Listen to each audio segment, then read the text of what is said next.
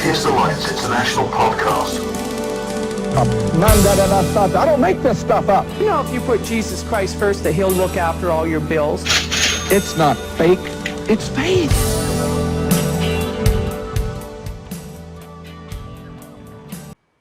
Hello and welcome to this week's episode of the AAI podcast. I'm Jason Sylvester, aka Diogenes of Mayberry, and joining me this week is an ex-Pentecostal preacher who's going to tell us about his journey to free thought.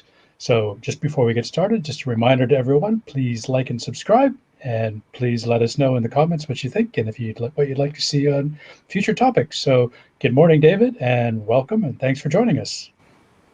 Good morning, Jason. I appreciate you having me on your show.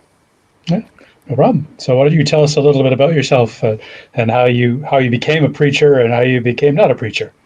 Okay. Normally when I do talks, I like to focus on the here and now and the future, building communities for humanism. But people always want to know the past, and that's fine.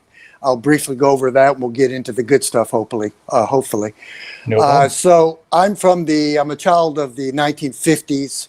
My dad was a Pentecostal pastor. I was born in, 1957 in Detroit, Michigan, up north. And so I was raised in that environment.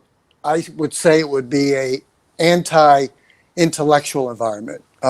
Science was not promoted. Education was not promoted.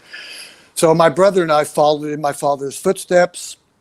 Long story short, I started preaching in 1976 when I was about 19 years old, heard the call, right? So for me, it was basically nurture and nature. For most of us who were raised in a pastor's home, you're raised to be that way. Even in the Pentecostal church, this is a little creepy, Jason, but we had so much authoritarianism. I was basically chosen as the heir to the throne, the anointing of God, and so forth. So those of you that are from my evangelical Christian background understand what I'm talking about. So this was hardcore stuff. So we went to church 2, 3, 4 times a week, read our Bibles, prayed. So it was pretty hardcore. And my father was an authoritarian. So when I came on staff with my father's church in Waco, Texas, back in the late 70s, we started having conflict even back then. He was very authoritarian. My doctrine was a little different than his. So eventually I split and did my own traveling as a young man in my 20s. Preached different churches in Texas and a few other churches around the country. I helped establish a large mega church in Waco in the late 70s, early 80s. And then I started 2 little churches of my own. So yes, I'm what they would call in the Pentecostal movement, an apostle, right? We used to plant churches. So my experience, even now in the humanist worldview and these communities that I think are very essential, a lot of it comes from some of the same concept in church. And some people don't like hearing that, but there's some actual good stuff in that system as far as community, organization, and of course, leaving out the dirty bathwater and the thorns from that cherry tree, which we know a lot about. So what really led me to, people want to know what happened. So basically, by the time I was preaching for maybe 13 to 14 years, I was married at the time in my 20s. This is back in the 70s and 80s. I just didn't make sense to me anymore, this whole gospel thing, praying in tongues, dancing in the spirit, healing. None of that really worked. It was all in my head. For me, I think I might have been preconditioned for this scientific type of thinking, even though I didn't know anything about science. I didn't know anything but the Bible. Never heard of Charles Darwin. I mean, I was isolated from the world, right? So by the time how can you preach against evolution if you don't know who Darwin is? Right. Well, I didn't preach against evolution. I didn't know anything about this other than they were sinners, right? I didn't even focus on atheism. I didn't know what it was. I was just in my bubble of promoting Jesus to the world, building churches and getting people ready for heaven. So it really didn't make sense to me anymore. I started struggling with my marriage, our two little kids. It was hard for me to keep food on the table. All the scriptures that I used to preach about God's provision, I didn't really see happening in my life, right? It didn't make sense. God shall supply all of my needs according to his riches and glory, I would preach. It wasn't happening for me. So something triggered me to start thinking. I wasn't happy anymore. Things weren't going well. So I slowly started thinking for myself. I started the second church, which was much more liberal and progressive. I eliminated the belief in hell. I couldn't believe that. How could a loving God send people to hell? Even though they're good people, they don't believe correctly. So that went away first. The second church was more just teaching on the love of Jesus and all. So eventually, by 1989, it just didn't make sense. I couldn't believe it anymore. I stopped preaching. And that started my very arduous, very hardcore change because I was left alone. I still had my wife and kids at the time, but my church family pretty well deserted me when I left the church. I couldn't believe anymore. I mean, by 1990, I was already atheist. But interesting thing, that was my recreation years. No college, no education. I just started reading. So I took books on evolution, evolutionary psychology, learning about the real natural world, because these God glasses were removed. And it was very fuzzy at first. It was hard to make sense of the natural world until I started reading. I didn't have a computer. I didn't have a humanist community with friends of like-minded community. It was just me alone with my thoughts, my personal experiences, and being alone. So that went for a few years, and then I grew into my humanism above and beyond my atheism. I still identify as a very strong atheist. So those years were tough. I went through the divorce. That didn't work much anymore because she held on to God. But I stayed close to my kids. And by the time my kids graduated from college in 2004, 2005, I moved away from Waco down here to Austin. And that was my first experience, even though I'd been an atheist for like 15 years, from 1990 to about 2005. My first experience being around other atheists. I've been alone for 15 years, staying concealed for fear of repudiation of my children in their community. We lived in a very conservative part of Texas in Waco, lots of Christians, lots of Republicans, and I had to keep my mouth closed. Lots of Branch Davidians in the 90s. You remember that? Yeah. I do. In fact, Jason, I was working for Word Incorporated.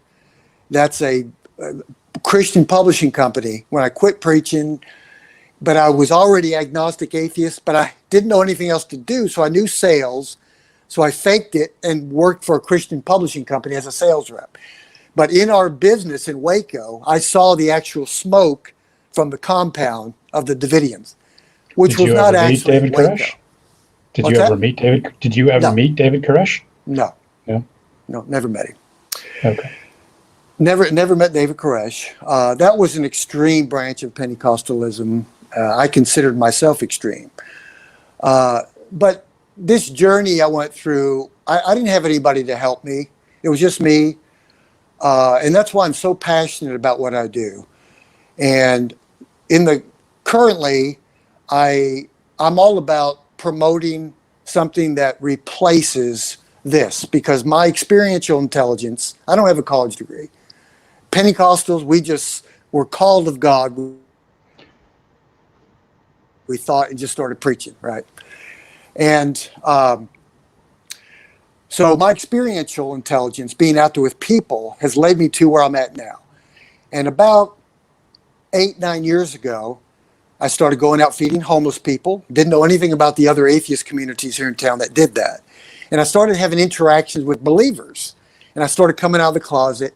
My kids were off in college. I'm in Austin now, right? And I started talking to believers more, going into churches. this passion in me, I realize is I'm the same person I was as a young preacher years ago, as an atheist, as a humanist. Now I have a message of reality, right? Something that people are longing for.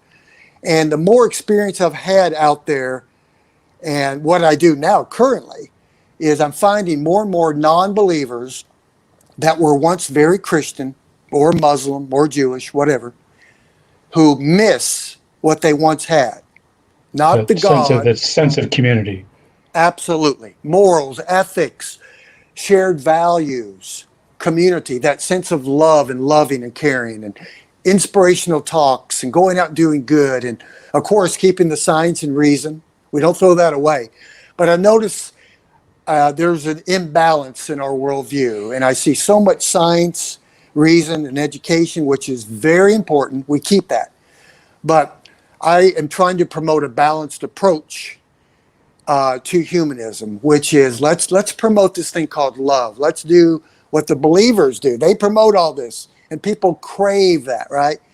So I started, well, I guess I renewed my desire for public speaking. So about 7 or 8 years ago, I started speaking at different humanist communities. And I just kind of picked up where I left off years ago. Now I'm speaking about humanism to groups. And I've been doing that ever since. And now, well, actually, let me show you basically what I do probably the last 7 or 8 years. And my followers on Facebook and my YouTube show know what I do. I go out with signs on Saturday morning. If you can see this one of my favorites. And I go where people are, passerbys, street corners, places where people can see my face and normalize what a non-believer is, right? Now, you can call yourself a activist, trying to normalize atheism and stay behind a camera all day. That's fine. You can do that. You can continue to debate and do all the things that most of us do. But where it really counts is where the rubber meets the road. When you're out of your bubble, because we all have our bubbles, right? Christians have their bubble, their echo chamber. We also have ours.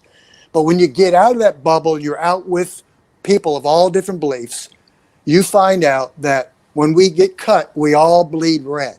Humans are humans. There's so many things in common. Now, this is my new favorite one. Now, that may be silly to some fellow atheists, but we hear about this, and it's always tagged with God or Christianity, right? So this is one of my favorite signs. And then, of course, this is always important, promoting science and reason. And, of course, we have wonderful people in the humanist worldview, Dan and Annie Laurie Gaylor, Freedom from Religion, all the other great ones that promote this, right? So that's what I do. I continue to give messages on my little YouTube show and Facebook page. And my next step, Jason, is to go to the next level. I'm going to start a secular humanist community in the north section of Austin under the Oasis Network banner. I'll be another chapter of the Oasis National Network of secular communities. And through my experience being up there tabling in the north parts of Austin, in the suburbs, I have experienced so many wonderful moments where not only are you going to find a lot of progressive Christians that would agree with us, who would come up to our table and talk to me and others, and also we have our share of what I call the angry Christians who want to fight and argue. But really makes my day is when you go out there, out of your bubble, and talk to people with signs, you'll find that there are many scattered non-believers out there that are looking for like-minded communities, friendships, relationships, and they miss that. So I'm going to attempt to do that where I used to table quite a bit, up in the suburbs. And sure, it's more conservative. Sure, there are more Christians, but there are so many hidden atheists and agnostics that are longing for this. So there's a brief description. Yeah. I understand Austin is a bit of a blue To use your word, oasis in Texas, that it's this sort of the one sort of Democrat, more free thought stronghold in Texas is that one city. Yes, if you look at the data in the southern United States, the most progressive city is Austin, number one. And then in the South, not in the country, in the South. And I think New Orleans, Louisiana was a close second. But yeah, I mean, even in Dallas and Houston and the other major cities in the South, Atlanta, New Orleans, we always have more secularism in blue. But even here in Austin, I mean, I've tabled and held up signs for years in urban Austin.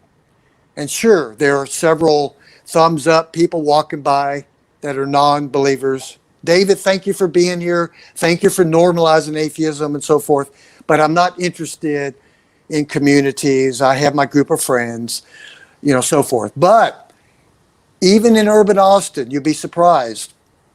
There's still a good stronghold of Christians. Sure, they're more progressive or liberal, and there's always going to be that percentage of the evangelicals who just don't quite understand what we're about. Yeah. Right. They think you're evil and baby eaters and Satan worshipers. Absolutely. And that's why I promote and propose being an ambassador. And that's at least for me. I like to be an ambassador for non-belief, for humanism. Because the principles, and they don't know this, believers don't know this, and I have developed a system that works for me.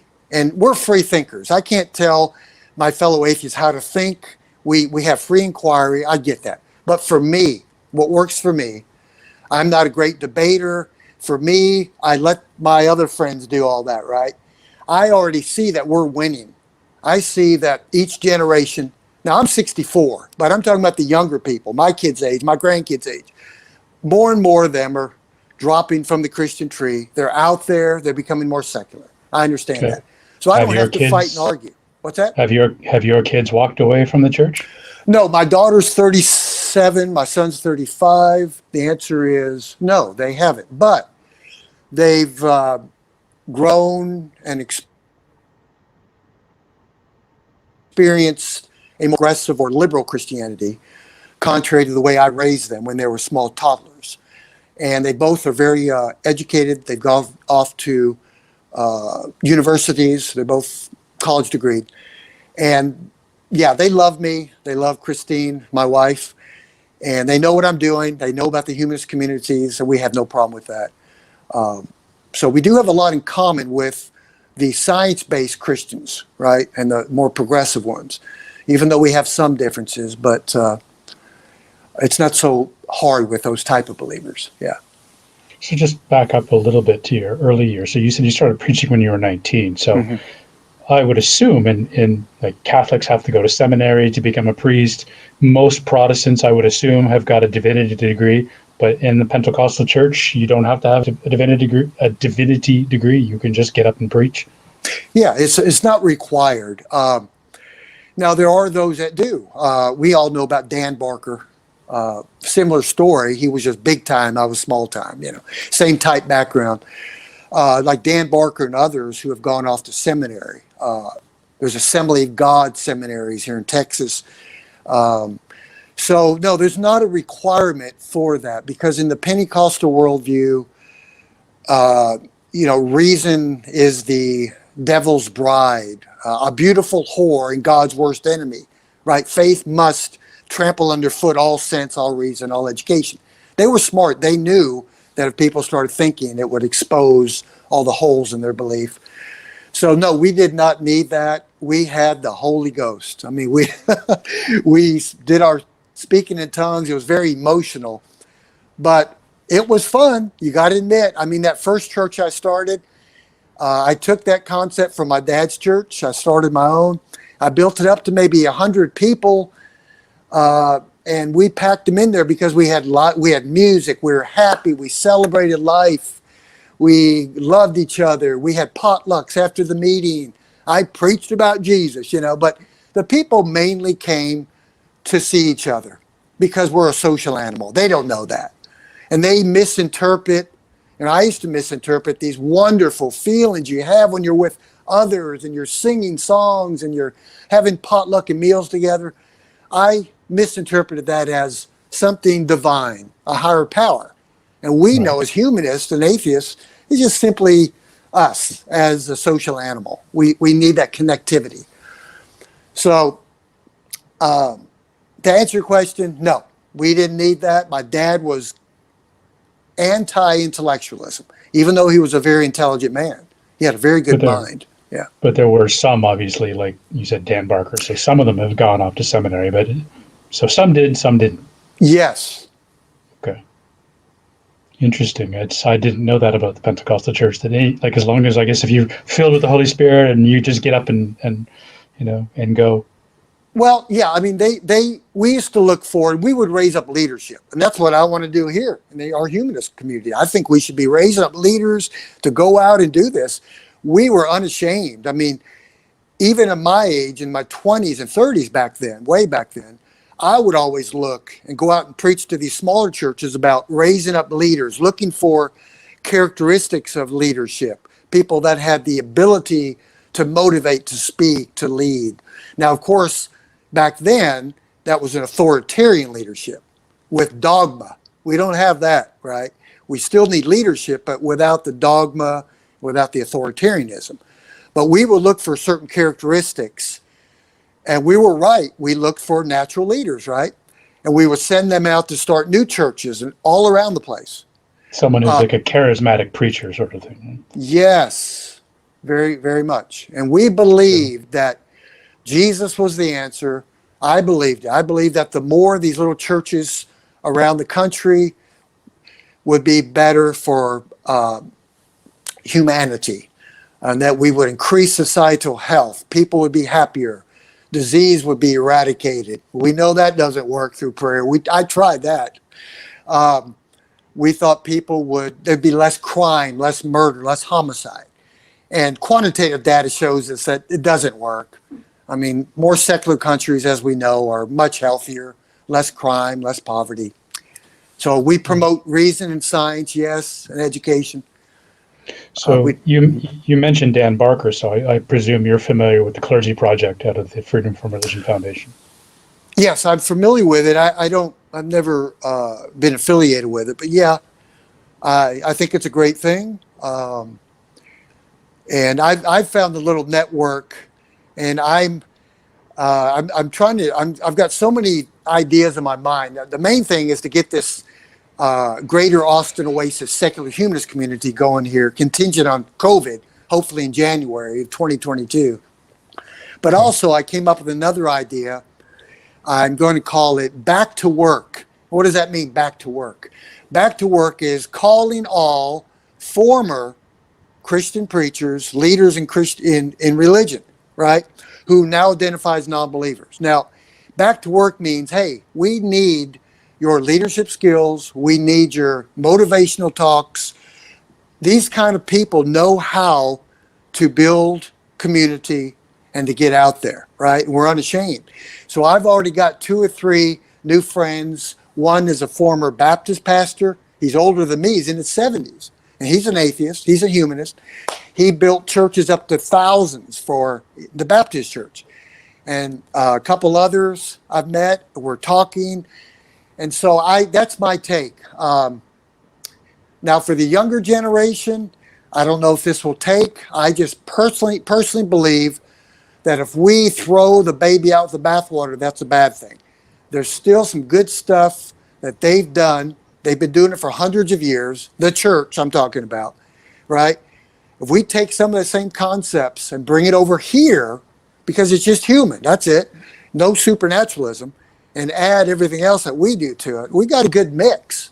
And that way, this is a gentle stepping stone for those that are leaving theistic religion. We have something that's kind of similar, and they can come over much easier than just the way I did. You fall down, you're all alone, you're in that realm of nihilism. What do I do now? Where do I go? Where do I meet friends? Where do I find morals and ethics and all that? I didn't know anything about it. So we do make it a lot easier for people in these like-minded humanist communities and groups. Okay. Can you tell us about this Oasis network? I've never heard of it, and because we're an international organization, presumably a lot of our viewers around the world have no idea what it is either. So Yeah. Now, first of all, it's not the only good system. I mean, there's a lot of them out there, but Oasis was started about 7 or 8 years ago in Houston. I'm in Austin, about 150 miles east of here, the southeast, by here I go again, a former Christian preacher, right? Then he was an atheist, a humanist. He took the concept of what worked in his past and thought, hey, why can't we try this for atheists, agnostics, non-believers? And he started a group in Houston. I don't remember the exact year. It grew. He found a leadership team, became a 501c3 nonprofit, got a board of directors, and it spread. Then they started one in Kansas City, another one in Salt Lake City, Utah. There are about 13 to 15 chapters now around the country. And so it's called the Oasis, as you know, Oasis, right? We need something in this very Christian culture in America. And Oasis is a good fit for me because for some of my atheist friends, it's too churchy. I'm too churchy for a lot of people, or too preachy, but it's not for everybody.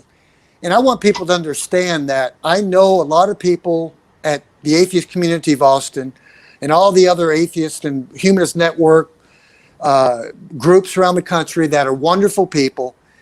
It's not a matter of right and wrong. We have different styles. We're all under the banner of non-belief. I'm secular coalition, sexual. Yeah, it can be sexual, right? Secular camaraderie and unity of all the groups. We just have different styles. And I think it's all good. We need a little bit of variety and diversity in our worldview. We don't need just debate all the time and trying to change believers. We also need a replacement and alternative for them. Because once they become deconverted, where are they going to go? Right? So do you have like Sunday meetings? Like there's some people have probably heard of like these like the atheist churches where people can come and have the community and singing and. Absolutely. So we will meet on Sunday mornings. I've been a regular speaker at the Houston Oasis for a few years now. And it's set up like a church. We don't sing choruses, obviously, but we have a lot of live music. We have announcements. We keep it flowing. The services or the meetings are about an hour and a half. So we have guest singers come in. The group in Houston has like professional musicians come in, all kinds of music. We have a coffee time where people break, because that's why people come, just relationships, right? And then we have a little community moment. Somebody in the community will give a little talk, 5 or 10 minutes. We take another break. We have another song or two. And then the main speaker, right? 20 to 30 minutes. Now, I'm going to do mine a little different when I start next year. I'll be a chapter, but I have the autonomy to do this. I'm going to add what I used to do in the Pentecostal church because it works. I'm going to add a potluck after each Sunday meeting. I already have a community center rented, ready to go for next year. And we used to do that in church. And the Seventh-day Adventists still do it today. I've been in their churches to talk to them many years now. And it works because people come for the relationship and the community and the food. Who's going to pass up free food, right? So yes, to answer your question, it's similar to a church service in a way, without the dogma, the authoritarianism, or of course the supernaturalism. That's all gone. So it's a good fit for a lot of us. I'm more used to the skeptics in the pub where, we would once a month, Tuesday or Thursday night, and we would just go to the pub and we'd stand around and drink, and it started getting so big we needed to move to another bar. And we found one that had like an upstairs room, and we started hosting talks where we would have somebody come in. I actually talked 3-4 times. I gave talks. We had other people come in. We had, quacks coming in. Like some guy, came in and was talking about how like 4G is controlling us, and he just was like way out there. You have people coming in like talking about chi and life forces and all kinds of stuff. So Yeah. it could be. I get the community part of it. We didn't do the Sunday morning thing. We were doing like we might do Sunday afternoon coffees, but most atheists like to sleep in on Sunday morning. So Well, I don't know. I mean, honestly, again, my experiential intelligence, I say that carefully. I say experiential intelligence. I didn't say I have a super high IQ in education, but being out there tabling, talking to people, you will be surprised because I've done a little kind of a sociology test out there with people, right?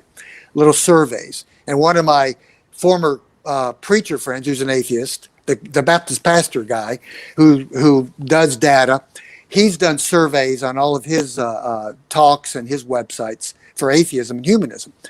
And they correlate together. Me out in the field, he doing the scientific data in the lab, if you will, right? And it comes to about 50%.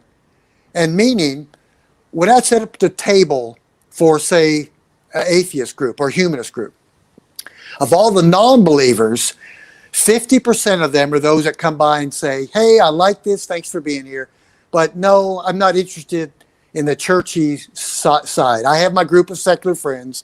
We meet like you do. That's all great. I love that too. I like to do that too. Yeah. But there's about 50%, and a lot of the younger couples with children who were raised very Christian, who now are atheists or agnostics, they go, oh my gosh, I want my kids or my family in a community like that. I miss that. So it goes 50-50, honestly. Yeah. So again, it's not for everybody. I grew up in a moderate Christian church or Protestant church in Canada, and I remember like the Sunday afternoon fellowship with coffee and food, and yeah, it was fun. So I can understand that. I don't miss it, but he said I'm much more into like the Tuesday night, have a vodka or a rum and yeah. have a chat.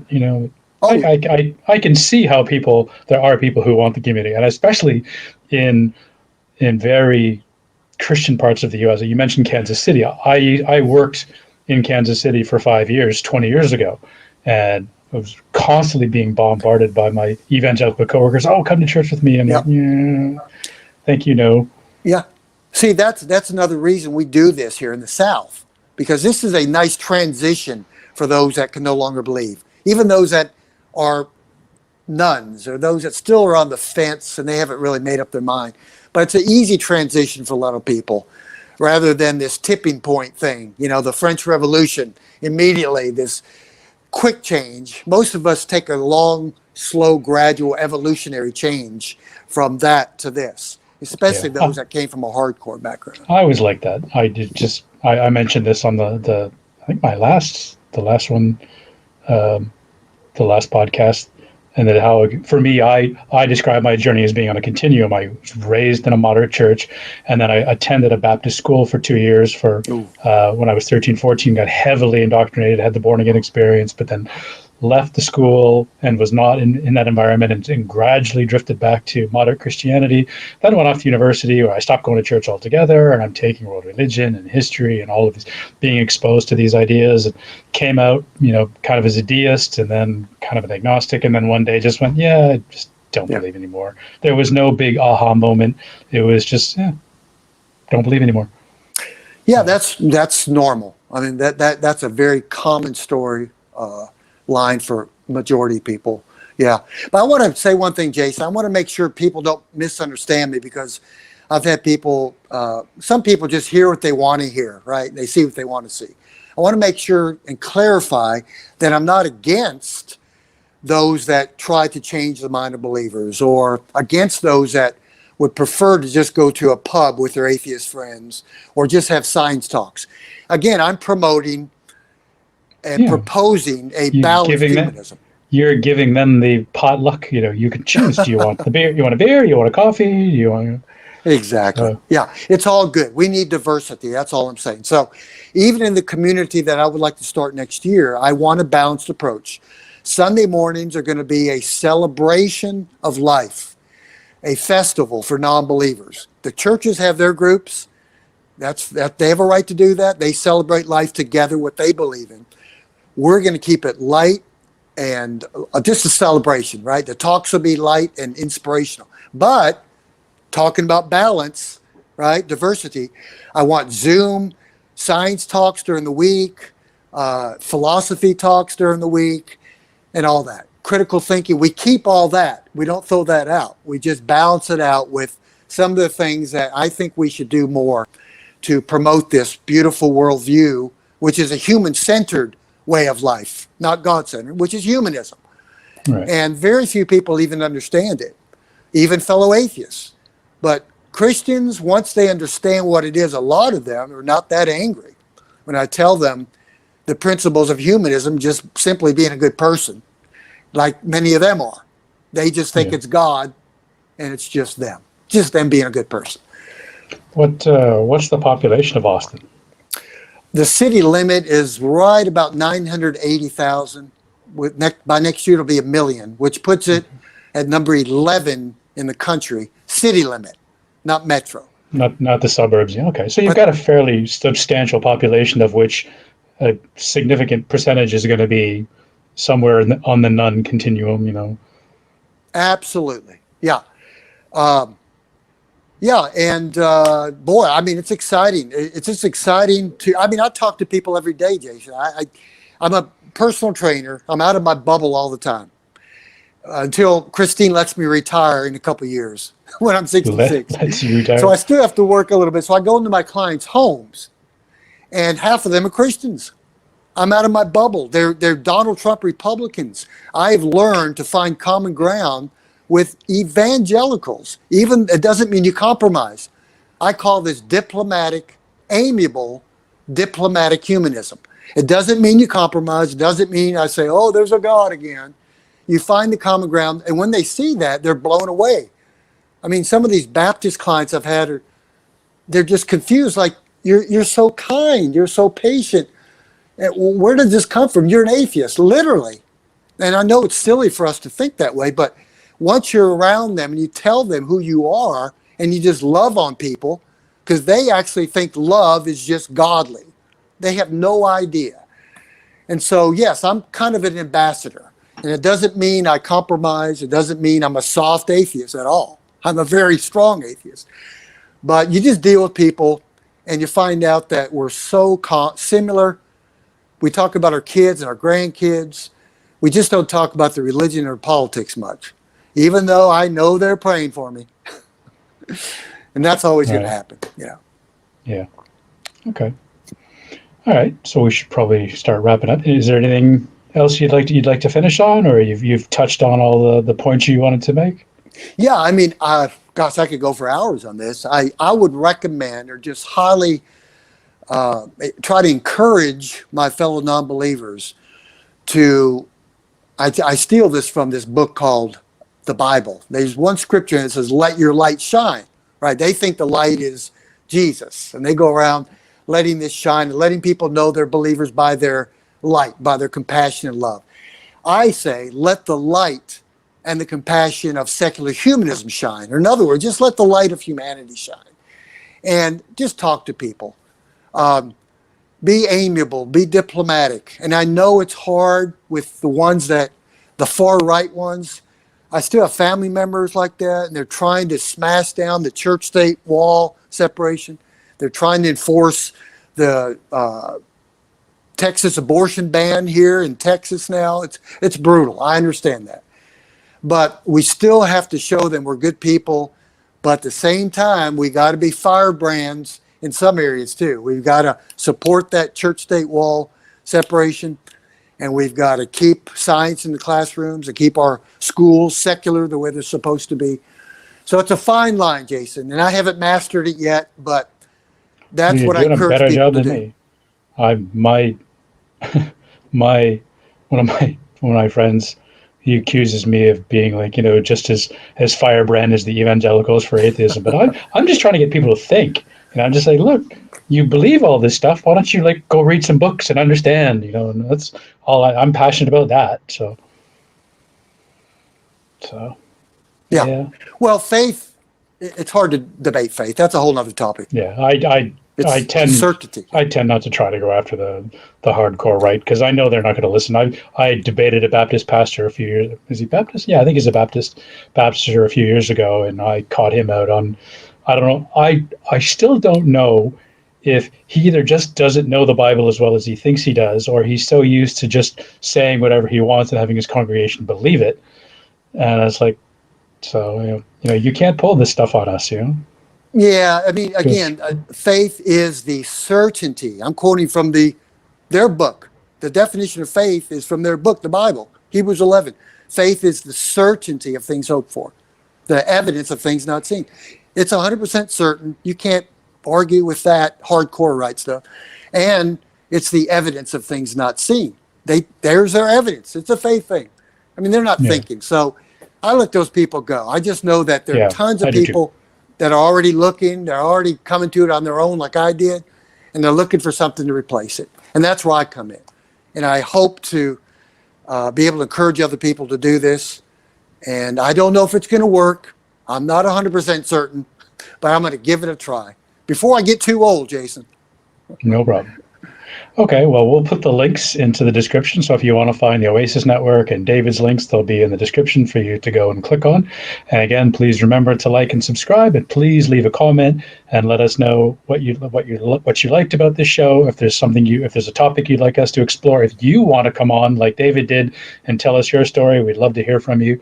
So thank you, David, for coming on, and thank you for your passion and your dedication to the humanist cause and doing what you're doing down there. So. Thank you. You're bringing some much needed community to people who desperately need it. I just wish that had been there for you in the 90s when you came out of the closet. Yeah, it was pretty tough. Yeah, it was hard. But hey, I held on. I'm glad I did. Okay, great. Well, thank you, everybody, and we'll see you all next week. Take care. Bye. Bye-bye.